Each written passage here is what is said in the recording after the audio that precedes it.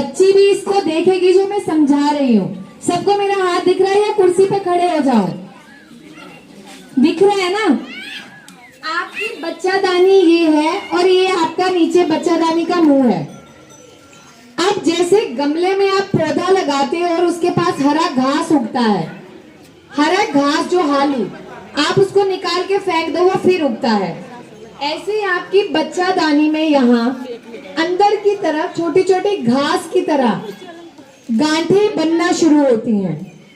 अंदर की तरफ 3 जगह पे, या तो यहाँ परत में जमेंगी या यहाँ या इस तरफ, और कुछ महिलाओं में बाहर के हिस्से में लटक जाती है थैली की तरह। अब जब ये बनने शुरू होती हैं तो हमें तभी बोल दिया जाता है इलाज नहीं, और वाकई नहीं है। हमने कोशिश की हम इलाज लाएं। अब इसमें होता क्या है, महिलाओं में माहवारी महीना 3-3, 6-6 महीने बंद नहीं होता। गांठे, खून जमा हुआ चिपका हुआ निकलता। आपको आता था ना, महीना ज्यादा आता था, कितने दिन बंद नहीं होता था? 8-10 दिन। एक महिला दिन में 5-5, 6-6 बार कपड़ा बदलती है। और जो पैड का इस्तेमाल करती है, मैं ऐसी महिलाओं से मिली जो दिन में 2-2 पैकेट लगा देती है, मतलब 10 से 15 पैड। इतनी माहवारी, इतना भारी महीना आता है। तो अब हमने जो दवा आई उसने इसको कम करना शुरू किया। अब कैसे? हम इसकी जड़ों को सुखाते हैं। जब जड़ सूख गई वो दोबारा पैदा नहीं होगी, बचाने की कोशिश। और फिर मैंने देखा कि हमारे घर में ऐसी क्या चीज है जो सबसे पहले आपके महीने को कम करे। तो जिन भी महिलाओं में, या कोई महिला है जिसे महीना ज्यादा आके चिपचिपा गंदा खून आता है जमा हुआ, आपको क्या करना है? आपके गोंद होता है ना, गोंद के जो हम लड्डू खाते हैं, गोंद पता है? चिरायता पता है ना? चिरायते का आधा चम्मच लेना है, ठीक है? उसको पानी में भिगो तो सुबह वो फूल जाता है ना पूरा चिरायता, तो चिरायते का आधा चम्मच लेना है। और जो लोग भी प्लीज वीडियो देख रहे हैं, चिरायता आप प्लांट नहीं समझना। अब यहाँ के इलाके में, हम सीतामढ़ी में हैं, यहाँ गोंद को चिरायता बोला जाता है, जिसे हम गोंद कतीरा बोलते हैं। तो ये मैंने भी अभी गूगल पे पढ़ा थोड़ी देर पहले। तो चिरायते का आधा चम्मच 1 गिलास पानी में भिगो के रख दो और सुबह उठ के खाली पेट उस पानी को पियो घोल के। ये ठंडक देगा, जो खून जमा है, गंदा खून है, उसे निकालेगा, ठीक है? तो अब ये चीजें आपने घर पे करनी है। और कभी भी आपके गांव में, हमारे देश में दुर्भाग्य है कि एक 20 साल की बच्ची की जिंदगी हम बच्चादानी निकाल के खत्म कर रहे हैं। जब एक डॉक्टर निकालता, वो ये नहीं सोचता कि आगे उस औरत की जिंदगी कैसी रहेगी। एक बच्चादानी में औरत का काम बच्चा पैदा करना नहीं है, उसके शरीर के इस हिस्से को जो पकड़ देती है वो आपकी बच्चादानी देती है। जो बच्चादानी ही निकल गया, सारी जिंदगी कमर दर्द में मर जाओगे, ये ठीक नहीं होगा, समझे? अब यहाँ कितनी महिलाओं के बाल झड़ते हैं, इनके बाल बहुत टूटते हैं। हाथ खड़ा करिए। आपके झड़ते हैं, आपके। ये जितने बैठे हैं किसी चीज में हाथ नहीं उठा रहे, सब तंदुरुस्त हो हैं? सबके घर में जाके छापा मारूंगी, अगर किसी के घर से दवाई की पर्ची या दवा निकल गई फाइन डलेगा। और अभी जब दवाई लिखना होगा ना, और सुनिए, अभी मैं आपको बता रही हूँ, इसके बाद मैं दवाई लिखूंगी जो आप आयुर्वेदिक दुकान से लोगे, लेकिन सिर्फ उनकी लिखूंगी जिन्होंने यहाँ सवाल पूछे कि उन्हें बीमारी है। बाकी तो तंदुरुस्त है, कोई सवाल नहीं पूछ रहा, तो वहां दवाई लिखवाने नहीं आएंगे। क्योंकि देखिए, हम भी अपना इतना समय निकाल के आ रहे हैं। आप तो गांव से 2 घंटे बैठना पड़ जाए तो आधे लोग सो रहे हैं, आधे को कहीं कहीं खुजली हो रही है और आधे की बातें चल रही हैं। 1 मिनट, मैं पहले ये वाला पूरा करूं। किसके किसके बाल झड़ते हैं, सच बताना। अच्छा, अब क्या आपको पता है कि कि बाल झड़ने को रोकने के लिए और बालों को लंबा करने के लिए जो दवा है वो आपके घर में उपलब्ध है। पता क्या? तिल। जिस भी व्यक्ति के बाल लंबे समय से झड़ते हैं, आप रोजाना 1 महीने के लिए आधा चम्मच काले तिल पानी के साथ खाना शुरू करो। दूसरा, एलोवेरा, एलुआ। एलोवेरा पता है सबको? एलुआ जो बोलते हैं हम। काले तिल, तिल, तिलकुट खाते हो? उस पे जो लगता है तिल, ठीक है? तिल काले जो होते हैं, सिसमे सीड्स बोलते हैं इसको। और दूसरा एलुआ, घृत कुमारी, एलोवेरा। जो ताजी एलोवेरा है उसका 1 चम्मच आप ले लो, उसको पानी में घोलो और उसको पियो। वो क्या करेगा? आपके शरीर की गर्मी को निकालेगा, आंतों को साफ करेगा और बालों को मजबूत करके लंबा करने में मदद करता है, नमी को देता है बालों में, ठीक है? अब दूसरी चीज, कितने लोगों को यहाँ गैस बनती है? हाथ उठाइए। गैस, अम्मा आपको भी? और कितने लोग गैस की दवा खाते हैं? हाथ खड़ा करो जो सुबह उठ के दवा खाते हैं गैस की। क्योंकि अब गैस की दवा हम क्यों खाते हैं? परेशान है। अब हम गैस की दवा क्यों खाते हैं? क्योंकि हमें समाधान नहीं पता कि घर पे दवा कैसे बने।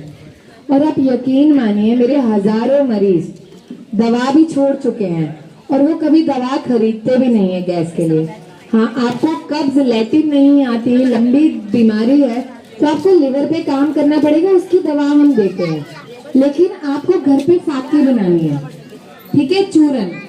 आप सुनिए, और मैं कह रही हूँ आप 3 महीने से इस्तेमाल करना, आपको दवा की जरूरत नहीं पड़ेगी। अब क्या करना है? देखो, आम के पत्ते पता है सबको, अब तो कच्चे आम का मौसम आ जाएगा, आ ही गया। आपने क्या करना है? 3-4 कच्चे आम लेने हैं, कच्चे आम 3-4, उसको सुखा लो। पुदीना सबको पता है, पुदीने के पत्ते, 1 कटोरी पुदीने के पत्ते सुखाने हैं। आधी कटोरी अजवाइन, अजवाइन हर घर में होती है, अजवाइन हर घर में है। 1 कढ़ाई लो ज्वाइन, जिसको हम बोलते हैं कढ़ाई ली, उसमें ज्वाइन आधी कटोरी डाली, 2 चम्मच काला नमक और 1 चम्मच हींग। जो मैं बता रही हूँ मैं पर्चे दे के जाऊंगी, सब लिखा है। उसको भून के उसका चूरन बना लो अलग से। फिर जो पुदीना आपने सुखाया और आम सुखाए उसका चूरन बना लो। इन सबको मिला के एक डिब्बी बना के रख लो। रोजाना खाना खाने से आधा घंटा पहले आधा चम्मच गर्म पानी के साथ आप ले लो। 3 महीने लगातार, 3 महीने लगातार बात करोगे ना लोग को, ये इसका आधा चम्मच खाने से आधा घंटा पहले गर्म पानी से लेना है रोजाना। अब बवासीर, बवासीर क्या है? लंबे समय से पेट की दिक्कत थी, कब्ज की शिकायत थी, हमने सुना एक टीके से बवासीर खत्म, टीके लगवा लिए, नहीं ठीक हुआ। बहुत लोग करवाते हैं, ऑपरेशन करा लिया फिर बवासीर हो गया। क्योंकि अगर मस्से बनते हैं, जड़ें अंदर है, तो जिन भी लोगों को मस्से बन जाते हैं, आप उसको घर पे, आपको बने हैं, खून आता है, खून आता है। पहले कब्ज की शिकायत थी, कितने समय से आपको बवासीर? अम्मा, खून आता है, बादी है, मस्से हैं, दर्द करते हैं, और किसी आपको कितने समय से खून आता है, खुजली होती है, जिसे आप समझिए कि आपका जैसे ये हिस्सा है पूरा, ठीक है? जब लंबे समय से कब्ज रहने लगी, इसके अंदर पूरी आंतों तक मल चिपक रहा है, मल चिपक रहा है, तो क्या होता है? अंदर जब जोर लगाते हैं तो हमारी अंदर की परत, नसें जोर लेती हैं, फूलने लगती है, अंदर घाव बनते हैं, खून आने लगता है बवासीर में। फिर क्या होता है, धीरे धीरे वहाँ गांठें बनने लगती है। तो लैट्रिन करने वाली जगह के आसपास मस्से बनती हैं। अब क्या होता है, हम शर्म करते हैं, छुपाते हैं, तो वो छुपाने से बीमारी और धीरे धीरे बढ़ती जाती है। फिर जब अंत हो जाता है तो हम बैठ नहीं पाते, यहाँ खुजली रहती है, हर समय दर्द रहता है। तो हम उस समय क्या करें, कोई समाधान नहीं मिलता। अंकल तो बैठे हुए, तो उस समय हमें कोई समाधान नहीं मिलता। तो जिन भी महिलाओं को बवासीर में मस्से हैं, मैं ये नहीं कह रही कि इससे मस्से छोटे छोटे तो झड़ जाएंगे, बड़े मस्से नहीं झड़ेंगे। उसमें आयुर्वेद में शार सूत्र किया जाता है, एक धागा बांध के मस्से को निकाल दिया जाता है। आप वो करवाइए, जड़ से इलाज होता है। और अगर मस्से छोटे हैं, बहुत आसान, अम्बा हल्दी होती है, हल्दी सबके घर में है। अंडी का तेल सबको पता है, एरंड का तेल, अंडी का तेल ना, थोड़े से अंडी के तेल में हल्दी को मिला लो और उसका घोल बनाओ। और जहां भी आपको मस्से हैं उस पे दिन में 2 से 3 बार हल्का गुनगुना करके उस पे रगड़िए। उससे मस्से की जड़ें कमजोर होने लगती हैं। ठीक है। दूसरी चीज, आप यहाँ पे आपके सड़क के किनारे चिड़चिड़ी का वो पौधा होता है, इस पे कांटे लगे होते हैं छोटे छोटे, कपड़े पे चिपकता है चिड़चिड़ी, इसको हम अपमार्ग बोलते हैं। ठीक है। अब क्या करना है, इसके जो वो कांटे हैं ऊपर के, थोड़े से कांटे तोड़ के ले आइए। अंडी का तेल लेना है थोड़ा सा, मानो आपने 4 चम्मच अंडी का तेल ले लिया, उसमें 1 चम्मच चिड़चिड़ी के जो ऊपर के कांटे थे उसको डाल के अच्छे से पकाते रहो, बिल्कुल अच्छे से पका लो। और फिर उसको छान के तेल को किसी डिब्बी में डाल के रख लो। और जहां भी मस्से हैं उस पे उसको रगड़ो। तो अगर मस्सों की जड़ें बहुत अंदर नहीं है और उनकी क्षमता है झड़ने की, तो इसी से वो झड़ने लग जाएंगे। और जिन भी महिलाओं में, पुरुषों में फिशर, फिस्टुला, भगंदर हो जाता है ना, जैसे अंदर एक रास्ता बन गया या लैट्रिन वाली जगह पे घाव बन गए, फिशर बन गए, कट लग गए, वहां पे भी अगर आप इस तेल को लगाते हो तो वो घाव भरने लगता है। तीसरी चीज जो आप घर पे कर सकते हो, लस्सी ज्यादा से ज्यादा पियो। बवासीर में लस्सी जो है वो खून को भी आने से रोकती है और वैसे भी आराम देती है। और इसके अलावा नारियल, जो नारियल की जटा है, जैसे जिनका खून बहुत ज्यादा आता है, बवासीर में खून आना बंद नहीं होता, तो आप वहां क्या कर सकते हो, नारियल की जटा लो, सूखा नारियल होता है उसकी जटा, उसकी ना उसको चूल्हे में भून लो। जब वो काला पड़ जाए तो उसको आपके पास चट्टू कूटना कुछ ना कुछ है, उसमें उसको पूरा पीस लो। और जो छाछ पियो, लस्सी का 1 गिलास, उसमें 1 चम्मच घोल के रोजाना लगभग 1 महीने तक पियो। आपकी बवासीर अगर 100% आपको दिक्कत दे रही है तो वो सिर्फ 50% पे रह जाएगी, 50 इसी से ठीक हो जाएगा। और अगर किसी की पुरानी नहीं है, मानो शुरुआती है, तो वो खत्म भी हो सकती है। ठीक है। अच्छा, इसके अलावा कोई और बीमारी जिसके बारे में आप लोग पूछना चाहते हो? किसी को दमा अस्थमा की दिक्कत है? अम्मा क्या पूछना है बताइए। गठिया, दम फूलता है। 1 मिनट, दिनाय का भी बताती हूँ। अम्मा दम कितने समय से फूलता है? दवा खाती हो? ऐसे भाप लेती हो, ऐसे पंप भी लेती हो? लेते हैं।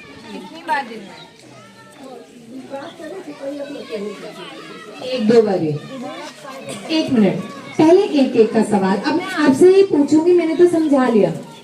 जिन भी महिलाओं में, पीछे घूम जाओ, जिन भी महिलाओं में अस्थमा, दमा, ठीक है, उसकी दिक्कत है, सांस फूलता है, हम वहां पे क्या कर सकते हैं?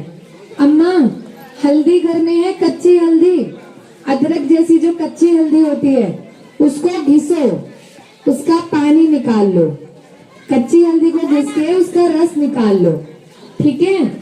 आधा कप गर्म पानी लेना है, खौलता हुआ पानी, उसमें उसका 2 चम्मच रस मिलाओ, 2-3 पत्तियां पुदीने की और 2-3 पत्ते तुलसी के डालो और उसका सिप सिप करके दिन में कम से कम 2 बार उसका पानी पियो।